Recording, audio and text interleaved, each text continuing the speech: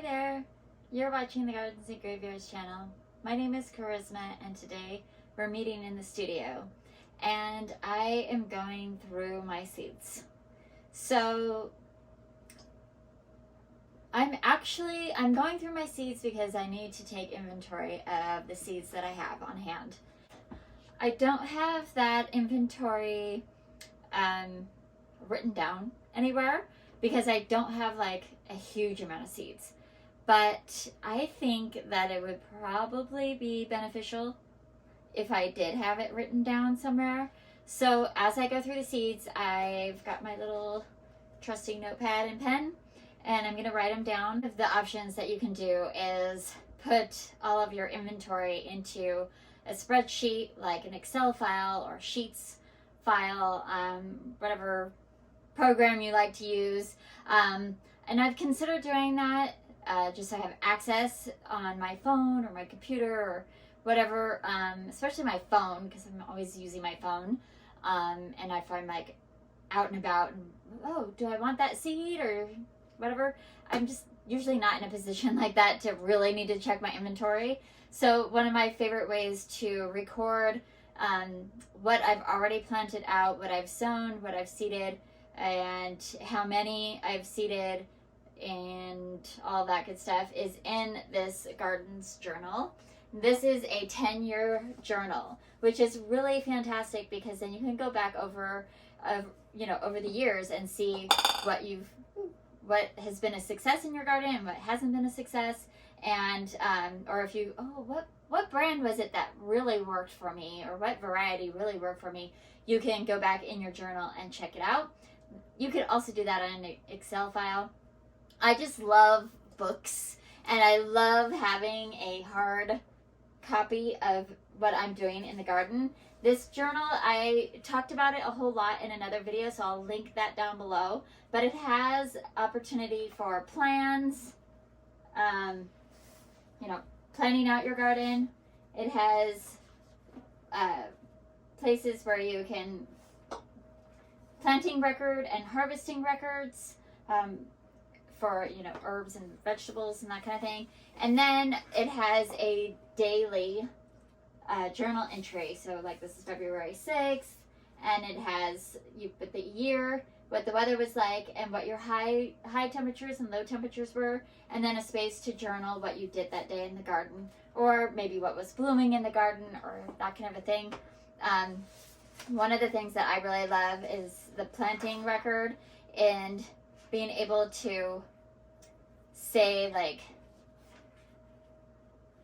where I purchased them, how, if it was a seed or a transplant, how many there were, how long it took for the flowers to bloom, and all of that kind of stuff.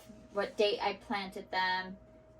It's just really cool. It's just an amazing book. You can do it year by year by year. You can do, I think there's 3, 5, and 10-year planners. I really love this one, and I would use it again. I'm tempted to buy another one just in case by the time I get to the end of my 10 years they no longer have it. They do have it on Amazon. I will link it down below, and you can purchase one for yourself if you want.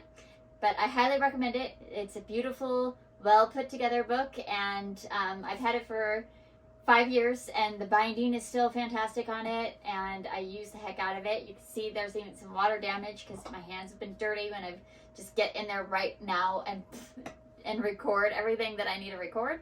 So get yourself a journal, whether it's electronic or physical, and it's a big, huge help, in my opinion. Today, my most important thing I want to do is get through all these seeds. And I'm doing 2 things. One, I'm checking to see if there's any seeds that I need to buy. I'm checking to see if there's any seeds that I want to get rid of, or that I just, like, I'm not going to grow them.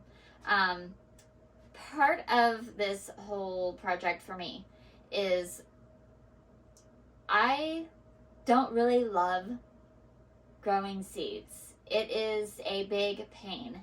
It is so much work to micromanage these seeds into being.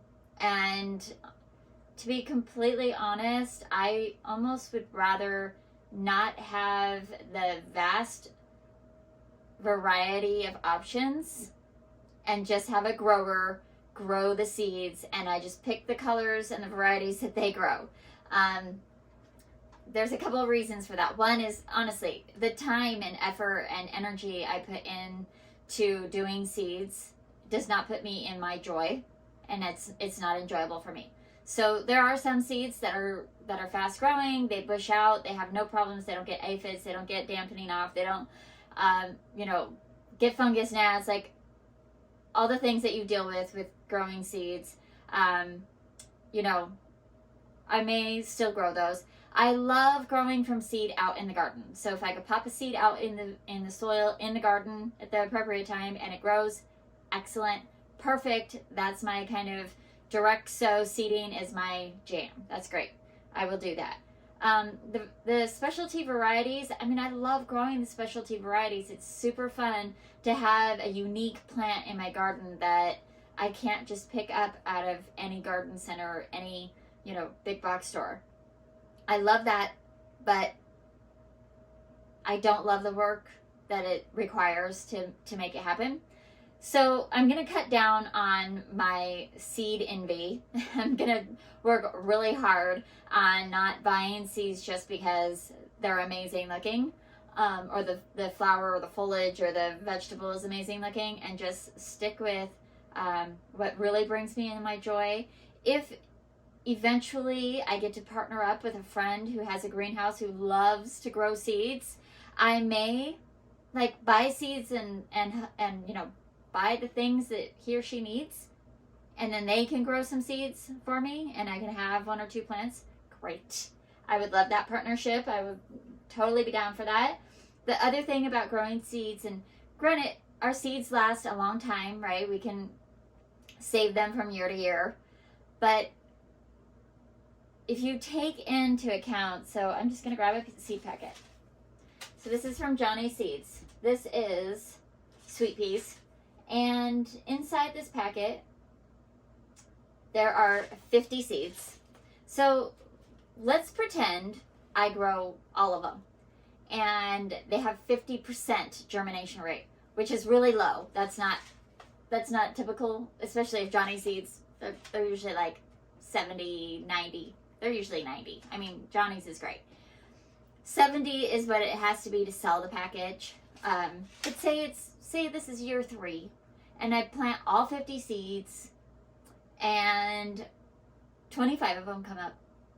And then over 3 months in my house, I'm checking them daily, sometimes 2 or 3 times a day to make sure they have the right moisture content.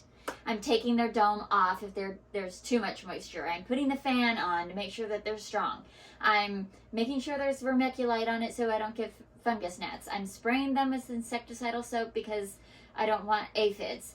I'm feeding them, I'm watering them, I'm checking them, I'm making sure they're not too hot, not too cold, they're just right. And then I lose some anyways. Say I lose 50% of them. And now I've got 13 plants. Great.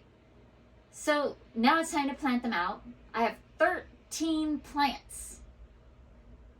Well, sweet peas might not be the greatest example, but some plants, they're going to get 12 inches around. So now I have 13 feet of plant. What am I going to do with that many plants? I'm not going to plant 13 plants. Maybe plant 3. More likely going to plant 1. So now I have 10 plus plants to give away, which is great. I don't have that many plant friends. They don't want 13 plants. So the flip side is I plant 4 seeds. I get 2 plants, and I've babied them for 4 months, 3 months for 2 plants. What did this cost me? $4? So, I mean, Oh, like 15-cent plants.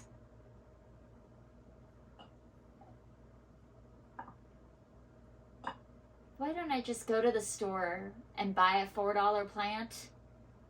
One. It's already got a root system. It's already healthy. It's already growing. Now I just need to keep it alive. Yeah, I think that's what I want to do most of the time. So, as I go through these seeds, I'm also going to be weeding out the seeds that I'm just not going to grow again. And I can give those seed packets away to someone who wants them. So that's what I'm going to be doing this afternoon, is just going through all my seed packets. So I have boxes here of seeds that I've sown already, that I've either put out in the garden in the fall, or I've put under lights in my kitchen, that I'm babying them along right now. And so those are like ones that I've already done, and they need to go back in their jars. And then these are all jars. I keep all my jars in a refrigerator in my garage, and I put all of my seed packets in a jar labeled with the month that I'm going to sow them out, whether that's in trays or in the garden. And some seed packets are duplicated, so that if I want to grow them in a tray in the house, and then I also want to direct sow them out into the garden, I'll have some seeds, say in March, that I need to put out, or that I need to plant in the house, and then I'll also have some in June that I'll put out in the garden, if that makes sense. So there's going to be less of the January, February, March jars. January is already empty. I'm not doing those. I'm not babying them that long. So, but there might be some of these that would have gone in that jar. Anyway, I have a couple of jars that are not airtight, and they're missing like this. The lid to this one broke, so I'm gonna get a new jar for that one. Yeah. So I'm just gonna play with the seeds, organize them, and get them sorted out for my own personal use. I also have some seeds, just straight up. These are calendula seeds that I gathered from my own garden, and so they're in their own jar. A bag of sunflower seeds from my dad's garden. I have sweet peas, and this is Pearly Everlasting, and sugar magnolia peas. So some of my seeds are like individual seeds like that, but most of them are in seed packets like this, and they're just going in their appropriate jars. So I'm just going to get them all sorted out in their appropriate jars and call it good. It's just a good time of year to go through your seed stash. It's pouring down rain. It's the first week of March, and I've already sowed 3 trays of seeds to put out in the garden, and I don't know if I'm going to do any more. There's room for one more tray that I might do if I come across some seeds, since I already have them to start. But I'm really going to practice just ordering the seeds that I can direct sow and leave the rest of them up to professional growers, because that's what they love to do, and they can do that, and I will pay them to do that for me, because that feels better in my system instead of me trying to be the gardener that's able to do it all the time. That's not the kind of gardener I am. I just want to enjoy my garden. I want to enjoy the process of my garden. I want to love every aspect of what I do in my garden. So everything that I don't love doing, I'd like to duel that out. Someone else can do it. All right, so I'm going to get started. As I go through these seeds, if I'm growing them in my seed trays, I'll make sure I'll make a note of the variety of the seed. Just so I have record of what I'm growing currently. And then if it's something that I'm not growing and I'm not going to reorder, I'm just going to throw away the package.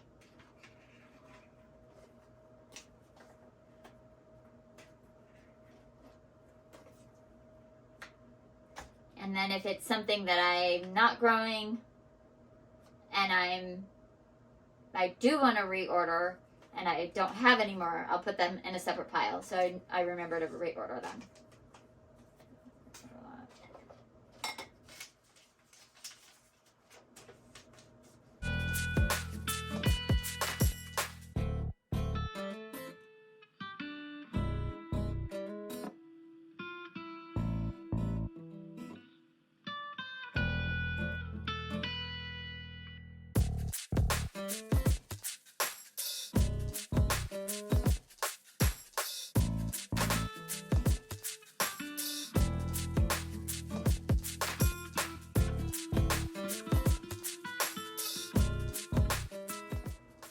Then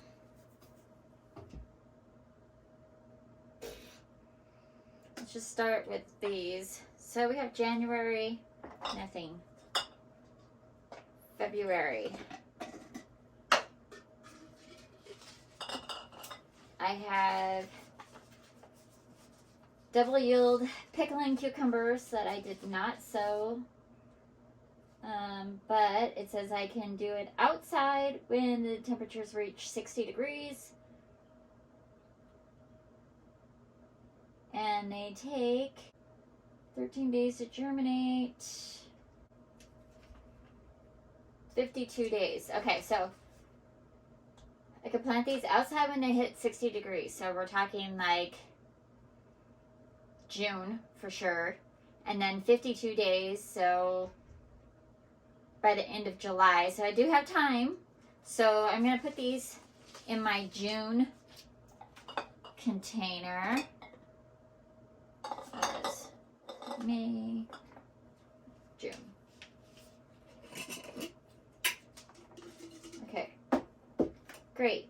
So then February is empty. Then I have March someplace. This is March. That's because a lot of these go in this jar. It's just a note. So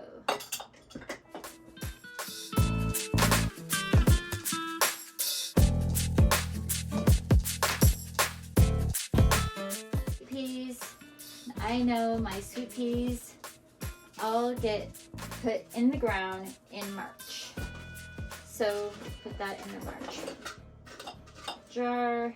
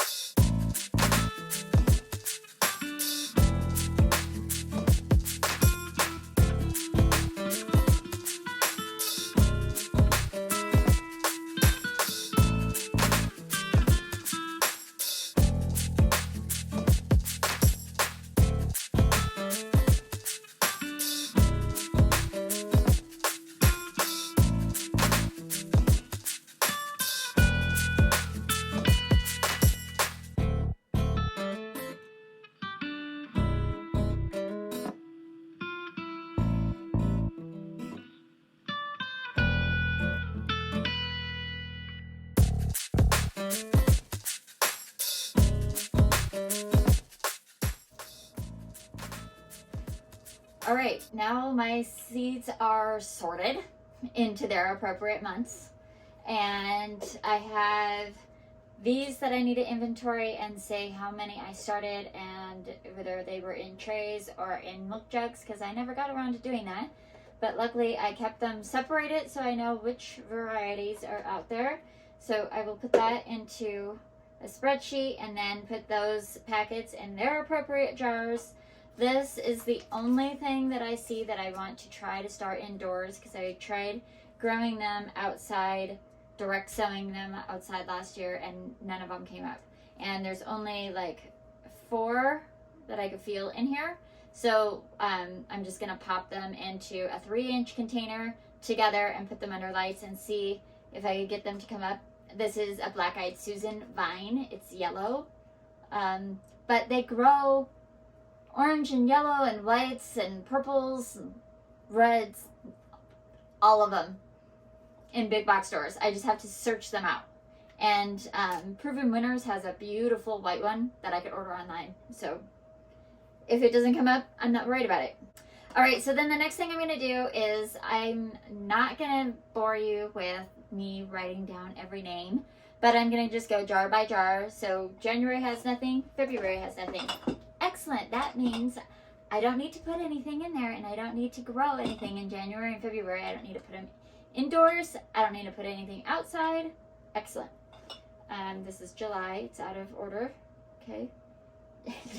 January, February, March. Okay. March has lots of seeds to sow, which is totally normal. It's the our last frost date is March 1st here, but I go by a different region, which is just a few minutes north of here, is March 15th. So I just err on the side of safety and wait till after the 15th to plant out my seeds. But it's coming up real soon, so I can get these all planted out March. And then I've got April. No, wait. I've got April. Okay. And these are all seeds that I can put out into the garden, and they're pretty good. Like, I will grow all of these nasturtiums, zinnias, marigolds, and a few little vegetables that are easy to grow, like kale, chard, lettuce. Okay, so April, May, again, quite a few, but May is when the weather starts ramping up here and we actually get some heat at the end of May. So June, I've got all of my sunflowers, because then the soil will actually be warm enough to get the sunflowers going. And then I've got nothing in July, nothing in August, just a couple of things in September, some lettuce just for a cool season crop, and nettles, which once I get the nettles in the ground, they'll reseed themselves and I won't need to order anymore. I won't have to keep doing that. I drink a lot of nettles in tea, so I'd like to grow my own patch. I just need to make sure that it's a really designated area that we can make sure we can kind of maintain to make sure that it doesn't escape. October, nothing. November, nothing. And December, nothing. So really my growing season is March, April, May, June, and that's it, which feels wonderful. I like that. So I'm hoping that these seeds that I started in seed trays can be direct sown in those 4 months as well for the future, if I decide that I want to keep going. A lot of these ones that I started in seed trays are perennials, so I won't need to keep buying them. They'll just keep coming back for me every year, and I won't need to worry about it. I only have 3 that I want to reorder, and actually really only 2 that I'll actually reorder. The buttercream nasturtium, which is a beautiful creamy white nasturtium, I love. And then the polar bear zinnias, we'll see how they do this year. I may or may not order them. And then the poor man's orchid I'm out of, but I want to remember to collect the seeds because we have lots of those plants. Easy to collect the seeds from them out of my garden this next year, but I just don't want to forget to do it. So I think if I just have this packet laying around, I will remember to fill it back up with seeds. So yeah, I think that's kind of it for the video for the project. I'm gonna just grab a jar and sit down and watch a movie and write the names down of all the plants, of all the seed packets, so that I could get it into a spreadsheet and do that. So yeah, that's it. And just so you know, I do it this way because that's the easiest way for me to just grab a jar of like, okay, this is what's going out in March. Let's plan March. Instead of by variety. A lot of people organize their seeds by like annual, perennial, or flower, vegetable. Sometimes they divide it up with sowing indoor, sowing outdoor, and what temperatures they need to be. But I'm in a temperate climate, so my temperatures don't fluctuate that much. And it's like, I'm not gonna have those big, huge swings. So they just like slowly creep up to warm-ish. So like, you know, I'm planting my sunflowers in June. In June, my temperature is like 65. So if I'm lucky, it's like 58 to 65 in June. I don't get into the like 70s until August, and then it's a rare day that I get into the 80s, and that's as high as we go. So I don't have those big, huge swings that some people who are starting seeds have to take into consideration. And I don't grow in a greenhouse, so I don't have to worry about the climate change with greenhouse or all that stuff. I would love to do away with a lot of the seed starting. The other part that I have to do is like harden them off, which means right now I'm in the middle of this, take my ranunculus outside every day and remember to bring it in and take it out and bring it in, take it out. I can't wait to get them in the garden. A couple of years ago, I decided that I wasn't going to grow vegetables anymore unless they were like super easy vegetables that I have had success with before. It was the best decision I've ever made for my garden and myself and my sanity. And I think that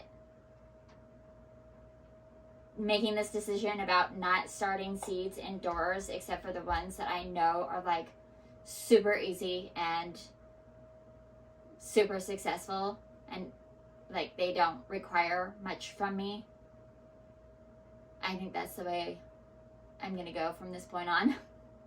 So you won't be bored to death with seed starting videos on my channel, because there might be one.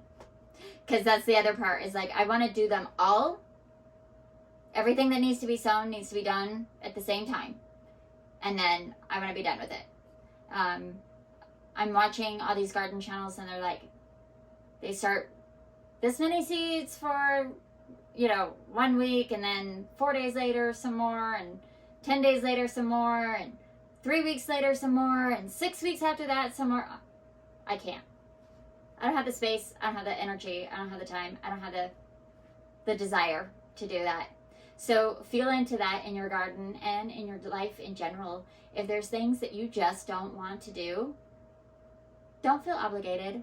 Try it out. See if that's something that maybe I would have enjoyed it. Maybe it's something that I would have liked. I gave it a good hard try.